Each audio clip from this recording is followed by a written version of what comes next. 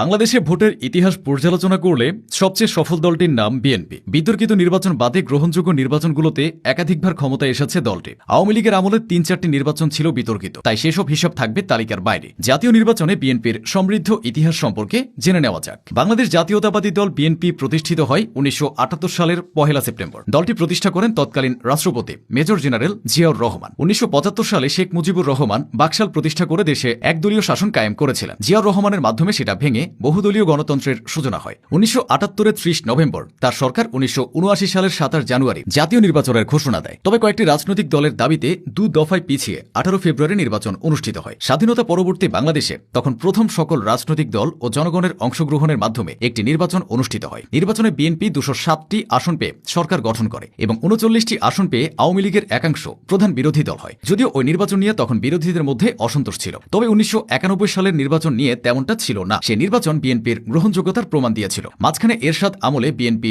নির্বাচনে অংশ নেয়নি। খালেদা জিয়ার নেতৃত্বে ছিল আন্দোলনে। ১৯৯১ সালের ২৭ ফেব্রুয়ারি পঞ্চম জাতীয় সংসদ নির্বাচন অনুষ্ঠিত হয়। সে নির্বাচনে ৬.৫ কোটি ভোটারের মধ্যে ৬০ থেকে ৭০% ভোট পড়ে। দেশের ইতিহাসের সবচেয়ে গ্রহণযোগ্য সে নির্বাচনে বিজয়ী দল হিসেবে প্রত্যাবর্তন হয় বিএনপির। তবে নির্বাচনের ফলাফলে দেখা যায় কোন দল সরকার গঠনের জন্য একক সংখ্যাগরিষ্ঠতা পায়নি। ওই নির্বাচনে বিএনপি ১৪০টি আসনে জয়লাভ করে। আওয়ামী লীগ জয়লাভ করে ৮৪টি আসনে। পরবর্তীতে জামায়াতে ইসলামীর সমর্থনে বিএনপি সরকার গঠন করে এবং খালেদা জিয়া হন দেশের প্রথম নারী প্রধানমন্ত্রী। ওই মেয়াদে ক্ষমতা শেষ হওয়ার পর ১৯৯৬ সালের ১৫ ফেব্রুয়ারি তৎকালীন বিএনপি সরকার এক বিতর্কিত নির্বাচন আয়োজন করে। দেশের সব কয়টি বড় রাজনৈতিক দল সে নির্বাচন বয়কট করেছিল। সেখানে বিএনপি একতরফা জয় পেলেও বেশি দিন ক্ষমতায় থাকতে পারেনি। এক পর্যায়ে সংসদ ভেঙে নতুনভাবে নির্বাচন অনুষ্ঠিত হয়। ১৯৯৬ সালের ১২ জুন পরবর্তী জাতীয় নির্বাচন হয়। সে নির্বাচনে বিএনপি হেরে যায়, তবে লড়াই হয়েছিল হাড্ডাহাড্ডি। ১৪৬টি আসনে জয়লাভ করে জাতীয় পার্টির সমর্থনে দীর্ঘদিন পর সরকার গঠন করে আওয়ামী লীগ। বিরোধী দলের নেতা হন খালেদা জিয়া। তার দল বিএনপি ওই নির্বাচনে আসন পায় ১১৬টি। ২০০১ সালের ১ অক্টোবর অনুষ্ঠিত হয় পরবর্তী জাতীয় সংসদ নির্বাচন। সে নির্বাচনে বিএনপির সঙ্গে জোট বেঁধেছিল